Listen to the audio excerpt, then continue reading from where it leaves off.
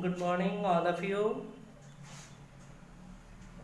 पिछले वीडियो में हम लोगों ने सीखा कि कोऑर्डिनेशन कंपाउंड क्या होता है। आज हम लोग पढ़ेंगे कि कोऑर्डिनेशन कंपाउंड में कौन कौन से टर्म यूज होने वाले हैं। तो कोऑर्डिनेशन कंपाउंड्स के टर्म को हम जिसके अंतर्गत पढ़ने वाले हैं उसको बोलते हैं terminology. Terminology of coordination compounds. आज का जो हमारा नया टॉपिक है वो पढ़ना है टर्मिनोलॉजी ऑफ कोऑर्डिनेशन कंपाउंड्स। तो टर्मिनोलॉजी में कौन कौन सा टर्म यूज होने वाला है उसको देखेंगे। तो सबसे पहले आप देखिए कि एक कोऑर्डिनेशन कंपाउंड जो होता है उसका स्ट्रक्चर किस तरह का होता है। तो एक कोऑर्डिनेशन कंपाउंड में सबसे पहला चीज जो होता है वो है आउटर स्फीयर। आउटर स्फीयर होता है सबसे पहला चीज है। इसके बाद फिर एक कोऑर्डिनेशन कंपाउंड के अंतर्गत होते हैं सेंट्रल एटम या सेंट्रल मेटल आयन बोल सकते हो, प्लस इसके अंदर होते हैं लिगेंड्स। ये कोऑर्डिनेशन कंपाउंड का स्ट्रक्चर होता है। ये आउटर स्फीयर होता है और जिस स्फीयर में दोनों प्रेजेंट होते हैं, सेंट्रल एटम भी और लिगेंड्स भी, उसको कहा जाता है कोऑर्डिनेशन स्फीयर। इट मींस इसको पूरे लिगेंड्स प्लस और जो सेंट्रल मेटल एटम है उसको मिलाकर बोला जाएगा कोऑर्डिनेशन स्फीयर। तो सबसे पहली बात ये आती है कि आउटर स्फीयर क्या होता है, सेंट्रल एटम क्या होते हैं या सेंट्रल मेटल आयन क्या होता है, लिगेंड्स क्या होते हैं, कोऑर्डिनेशन स्फीयर क्या होता है।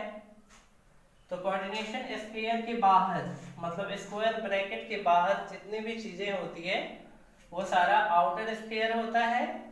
ये आउटर स्फीयर होना हो कि ये स्क्वायर ब्रैकेट के पहले हो या फिर हो सकता है ये स्क्वायर ब्रैकेट के बाहर आएगा। तो कुछ एग्जांपल्स अगर देख ले तो आसानी से उसमें ये बताया जा सकता है कि कौन सा आउटर स्फीयर है या कौन सा सेंट्रल एटम है या कौन सा लिगेंड्स है या फिर हम किसको कोऑर्डिनेशन स्फीयर बोल रहे हैं। तो एक यहाँ पे एग्जांपल मैं आपको बता दूं कि फॉर FeCN6। अब ऊपर का जो स्ट्रक्चर है उसके अकॉर्डिंग आप बता सकते हो कि आउटर स्फीयर इसमें कौन होगा। तो सीधा सा आपका आंसर आएगा आउटर स्फीयर K4 है। सेंट्रल एटम कौन होगा या सेंट्रल मेटल आयन कौन होगा, तो सेंट्रल मेटल आयन हमारा Fe हो जाएगा। लिगेंड्स कौन है तो लिगेंड्स हमारा Cn हो जाएगा। और कोऑर्डिनेशन स्फीयर पूछता है तो कोऑर्डिनेशन स्फीयर ये पूरा हो जाएगा। तो इस तरह से हम ये बता सकते हैं कि K4 इसको कहेंगे क्या, इसको कहेंगे आउटर स्फीयर। आउटर स्फीयर या फिर एक और नाम से इसको जाना जाता है, इसको आप कह सकते हो counter ion. Counter ion, counter ion क्यों, और बिकॉज अगर इसको हम डिसॉल्व कर दे वाटर में तो ये ब्रेक करके देगा 4K प्लस यहाँ पे कॉम्प्लेक्स पर आयन आ जाएगा FeCN और 6। जितना प्लस यहाँ है उतना ही माइनस इसके ऊपर रखना होगा।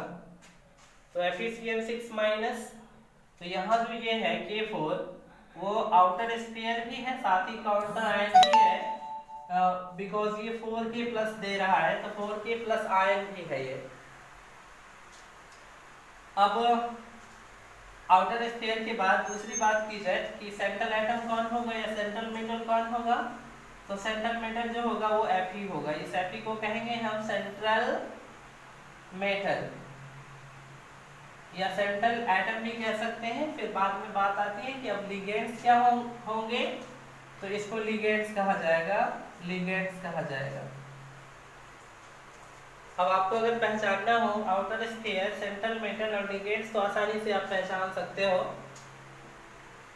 सेकेंडरी की एग्जांपल कर लेते हैं, जैसे NiCO हॉल 4 है, ये हमारा एक और कोऑर्डिनेशन कंपाउंड है। अब इस कोऑर्डिनेशन कंपाउंड में बात करी जाए कि आउटर स्फीयर क्या है, आउटर स्फीयर इसमें है ही नहीं, आउटर स्फीयर में कुछ भी स्पीशीज है ही नहीं, या फिर कॉन्ट्रायंस इसमें है नहीं। तो इसमें सिर्फ दो ही चीजें बच रही है। कौन कौन चीजें? एक तो सेंट्रल मेटल और दूसरा कौन सा? लिगेंड। सेंट्रल मेटल आयन और लिगेंड्स, दो ही चीजें हैं। और तीसरा एक चीज है जिसमें दोनों है लिगेंड प्लस सेंट्रल मेटल दोनों है, उसको कंबाइनली क्या बोलते हैं? Coordination sphere. तो ये कोऑर्डिनेशन स्फीयर भी है। इट मींस हम इस एरिया को क्या कह सकते हैं? इस एरिया को कह सकते हैं कोऑर्डिनेशन स्फीयर, कोऑर्डिनेशन स्फीयर बोल सकते हैं। Ni क्या होगा? सेंट्रल मेटल होगा, और CO क्या होगा? लिगेंड्स होगा। और भी एग्जांपल्स अगर आपको दिए जाए तो आप आसानी से इसको पहचान सकते हैं। अब आप देखिएगा, कुछ और भी एग्जांपल्स आपको दे रहे हैं, आप समझने की कोशिश करेंगे कि इसमें सेंटर एटम कौन होगा, काउंटर आयन कौन होगा, कोऑर्डिनेशन स्फीयर क्या होगा, ये सारी चीजें आप पहचान सकते हैं। एक और एग्जांपल अगला कर लेते हैं, CrH2O हॉल 6, फिर बाहर कर लेते हैं यहाँ पे Cl3। अब ये है, यहाँ से अगर आपसे पूछा जाए कि कोऑर्डिनेशन स्फीयर क्या है, तो कोऑर्डिनेशन स्फीयर इस एरिया को बोलेंगे। ये एरिया क्या हो जाएगा? Coordination sphere.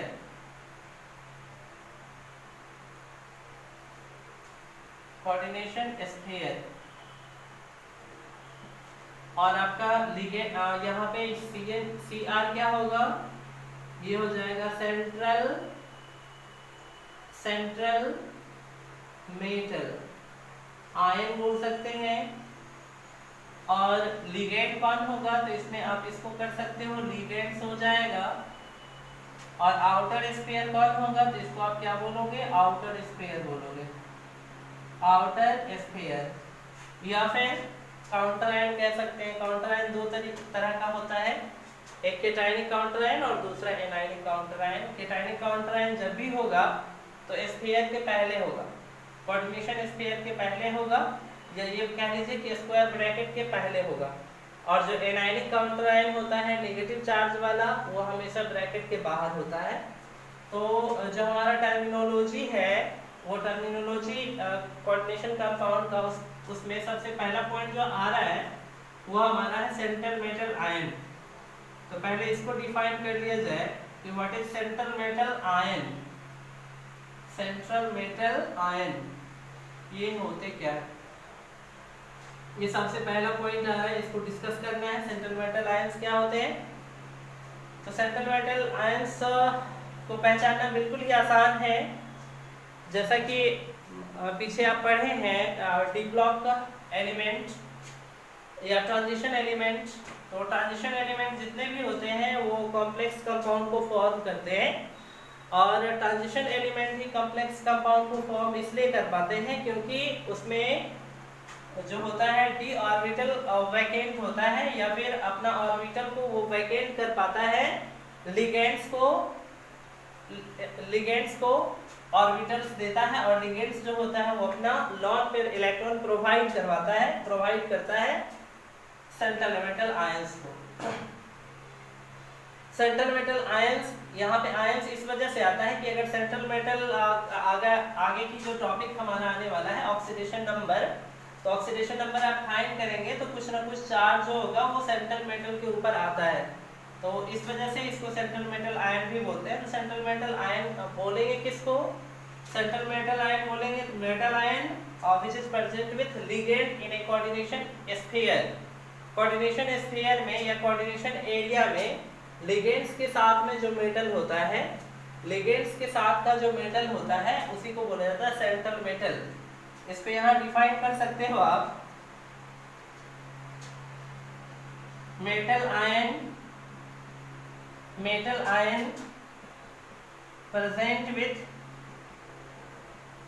present with ligands in coordination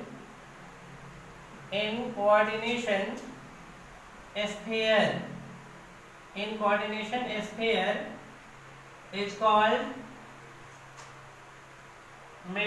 central metal ion, is called central metal ion.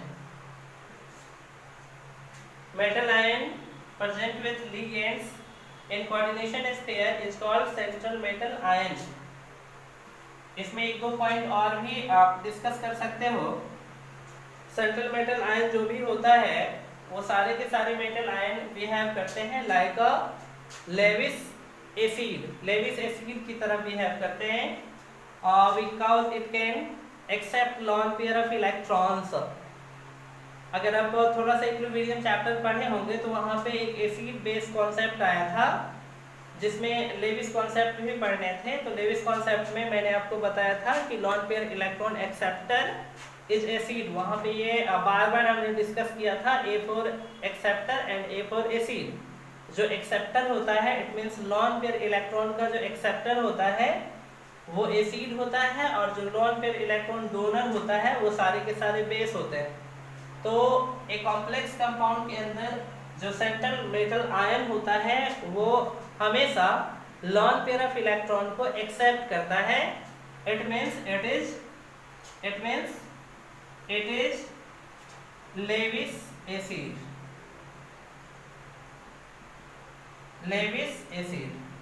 ये लेविस एसिड होता है। It means it is Lewis acid. ये लेविस एसिड होता है। और भी इसमें कर सकते हो, एक और पॉइंट यहाँ लिखा जा सकता है कि it provide vacant d orbital to ligands। ये लिगेंड को वैकेंट d ऑर्बिटल प्रोवाइड करता है। और भी एक पॉइंट लिखा जा सकता है, central metal ions are transition elements.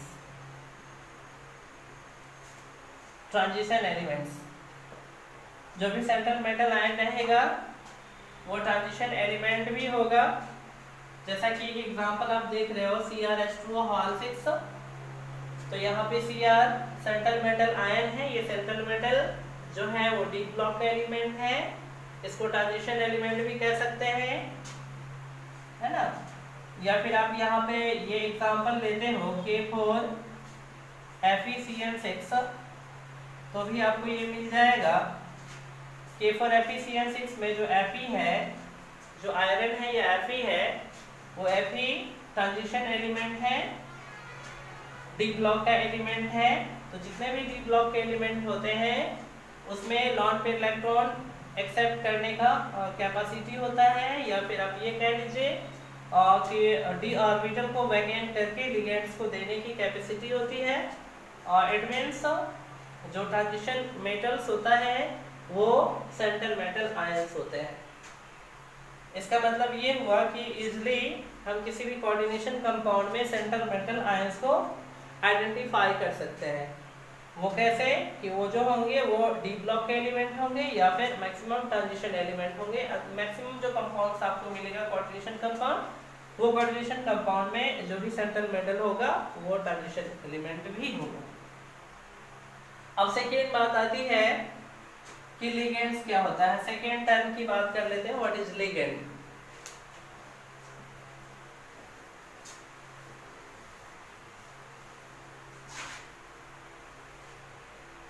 What is ligand. Second term आता है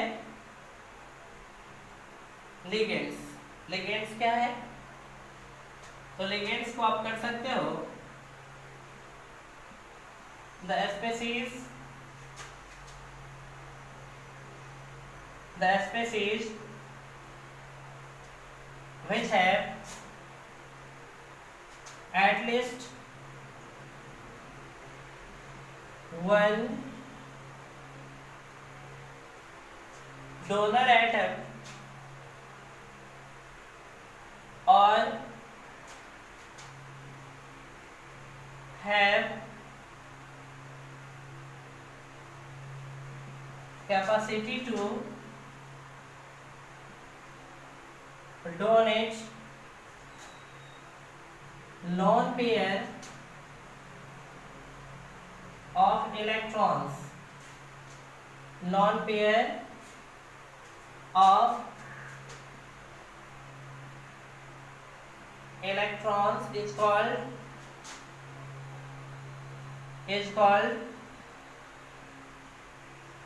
ligands. The species which have at least one donor atom or have capacity to donate lone pair of electrons is called ligands. जिस species के पास lone pair electron donate करने की capacity हो, या फिर आप ये कह लीजिए कि एटलीस्ट वन डोनर एटम हो। डोनर एटम का मीन्स भी यहाँ पे वही हो रहा है कि डोनर एटम जो होंगे वो लॉन पेयर इलेक्ट्रॉन को डोनेट करने वाला होगा। तो लॉन टोटली आप ये कह सकते हो कि जो लिगेंड्स होता है वो एक स्पीसीज है जो लॉन पेयर इलेक्ट्रॉन को डोनेट करता है। तो स्पीसीज एक वर्ड आ रहा है यहाँ पे। स्पीसीज का मीन्स यहाँ हो रहा है एटम मॉलिक्यूल्स और आयंस, है ना। न्यूट्रन मॉलिक्यूल हो सकता है या फिर आयंस भी हो सकते हैं। तो वो स्पीसीज कंबाइंडली उसको स्पीसीज हमने लिखा है न्यूट्रन मॉलिक्यूल्स या फिर आयंस के लिए। Species which have at least one donor atom or have capacity to donate lone pair of electron is called ligands. तो ligands जो होते हैं वो lone pair electron डोनेट करने वाला होता है। फॉर एग्जाम्पल्स आप चाहोगे तो इसका दे सकते हो। एग्जाम्पल हो जाएगा NH3। आप अच्छी तरह से जानते हो कि NH3 में अमोनिया में नाइट्रोजन एटम के पास लॉन पेयर इलेक्ट्रॉन होता है और ये ammonia lawn pair of electron donate करने वाला होता है। ये डोनेट करता है सेंट्रल मेटल आयंस को। तो इस वजह से NH3 को हम लिगेंड्स बोलेंगे। NH3 हो गया, H2O हो गया, CO हो गया, etc। बहुत सारे एग्जांपल्स इसके हैं जो लिगेंड्स के में आते हैं। तो अब लिगेंड्स की भी कुछ कैरेक्टरिस्टिक है, वो क्या है? तो सबसे पहली बात ये है कि इसमें एक चीज आया कि capacity to donate lone pair of electron. और अभी तुरंत हमने आपसे कहा है लेविस कॉन्सेप्ट ये कहता है कि the substance which have tendency to donate lone pair of electron is base and which have tendency to accept lone pair of electron is acid. तो जो भी सेंट्रल मेटल होता है वो lone pair of electron accept करता है। वो किससे एक्सेप्ट करता है? तो लिगेंड से। तो यहाँ पे जो भी सेंट्रल मेटल आयन है एक्सेप्टर है, इट मींस ये लेविस एसिड होगा। और जितने भी लिगेंड्स होंगे वो लॉन पेयर ऑफ इलेक्ट्रॉन को डोनेट करने वाला होगा, डोनर होगा। तो इट मींस ये बेस होगा। तो ये कह सकते हो कि it is Lewis base. Lewis base ये जो होता है वो लेविस बेस होता है, because lone pair of electron donor होता है। और कह सकते हैं ये लेविस बेस होता है, लॉन पेयर इलेक्ट्रॉन डोनर होता है। बस एक ही पॉइंट इसमें रखते हैं, लेविस बेस की तरफ ये हेल्प करता है। अब लिगेंड का भी कई टाइप होगा, वो टाइप का भी हम डिस्कस करेंगे, लेकिन पहले हमारा ये क्लियर हो जाए कि ये है क्या। तो अब बात आती है कि coordination sphere. What is coordination sphere? अगला जो हमारा टर्म हो रहा है वो अगला टर्म क्या है? Coordination sphere. Coordination sphere. What is coordination sphere? Coordination sphere क्या होगा? Coordination sphere the area in a complex compound या coordination compound in which central metal ion and ligands are present, जिसमें दोनों प्रेजेंट होते हैं, central metal ion भी और ligands भी। उसको कोऑर्डिनेशन स्फीयर कहते हैं और उस कोऑर्डिनेशन स्फीयर को हमेशा एक स्क्वायर ब्रैकेट के अंदर लिखा जाता है।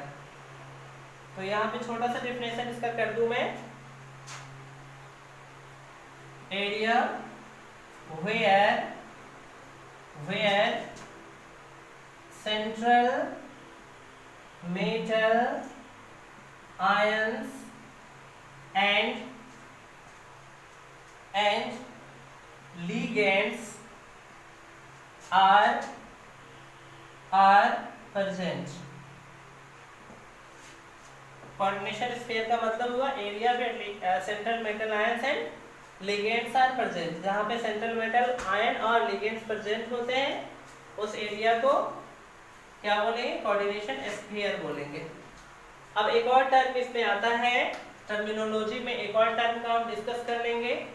तो एक और टर्म कौन सा डिस्कस होने वाला है? एक और टर्म जो होगा हमारा वो ये डिस्कस कर सकते हैं, कॉम्प्लेक्स आयन। एक था काउंटर आयन और एक है कॉम्प्लेक्स आयन। तो कॉम्प्लेक्स आयन किसको बोलेंगे उसको भी थोड़ा सा जान लें। एक और टर्म है, देखिएगा जरा।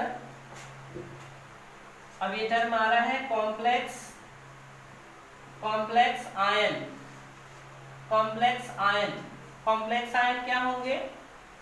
तो इसको आप सिर्फ समझ लीजिए, जैसे कि यहाँ पर लिखा हुआ है K4 FeCl6 potassium hexacyanoferrate second. इसमें अगर इसको ब्रेक किया जाए तो ये 4K प्लस और साथ में FeCl6 4 माइनस, इसमें ये ब्रेक करेगा। पीछे बताया जा चुका है आपको कि जो भी कोऑर्डिनेशन कंपाउंड होता है वो एक्वस सॉल्यूशन में ब्रेक नहीं करता है या अपने आइडेंटिटी को लूज नहीं करता है। तो कोऑर्डिनेशन कंपाउंड है ये, इसका सिर्फ कोऑर्डिनेशन एंटाइटीज जो होता है, जो स्क्वायर ब्रैकेट के अंदर की चीजें हैं वो डिसोसिएट नहीं करता है। इट मींस काउंटर आयन अलग होगा और ये जो है आपका कॉम्प्लेक्स आयन या आयन कॉम्प्लेक्स आयन ये अलग हो सकता है। तो यहाँ पे कॉम्प्लेक्स आयन जो है वो कॉम्प्लेक्स आयन FeCl6 4 माइनस है। और आप इसको कोऑर्डिनेशन स्फीयर से भी जोड़ सकते हैं, क्योंकि कोऑर्डिनेशन स्फीयर में भी दो ही चीज रहते हैं, सेंट्रल मेटल होता है और लिगेंड होता है। यहाँ भी सेंट्रल मेटल है और लिगेंड है, लेकिन कॉम्प्लेक्स आयन इस वजह से कि अभी ये आयन के फॉर्म में है। तो जब भी कोई कॉम्प्लेक्स के ऊपर चार्ज होता है तो वो जो होता है वो कॉम्प्लेक्स आयन कहलाता है। आप ये कह सकते हैं कि charge containing complex are called complex ion. तो एक लाइन यहाँ लिखा भी जा सकता है कि चार्ज कंटेनिंग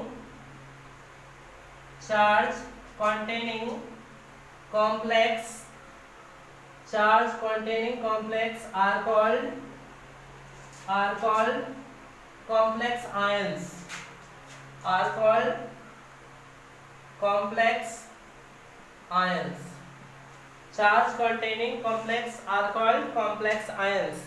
तो यहाँ पे जो कॉम्प्लेक्स है वो चार्ज कंटेन कर रहा है, नेगेटिव चार्ज है, उसको हम कहेंगे कॉम्प्लेक्स आयंस। और कॉम्प्लेक्स आयंस जो होते हैं वो 2 टाइप्स होगा, एनायनिक कॉम्प्लेक्स होगा और केटायनिक कॉम्प्लेक्स होगा। अभी जो हमारा कॉम्प्लेक्स है वो कौन सा कॉम्प्लेक्स है? एनायनिक कॉम्प्लेक्स है, बिकॉज कॉम्प्लेक्स के ऊपर नेगेटिव चार्ज है। यही अगर कॉम्प्लेक्स के ऊपर पॉजिटिव चार्ज आ जाएगा तब वो केटायनिक कॉम्प्लेक्स हो जाएगा। चलिए, अगर आपको ये वीडियो पसंद आया तो आप लाइक करें, सब्सक्राइब करें, ताकि आपको जल्द से जल्द फिर दूसरा वीडियो मिल सके।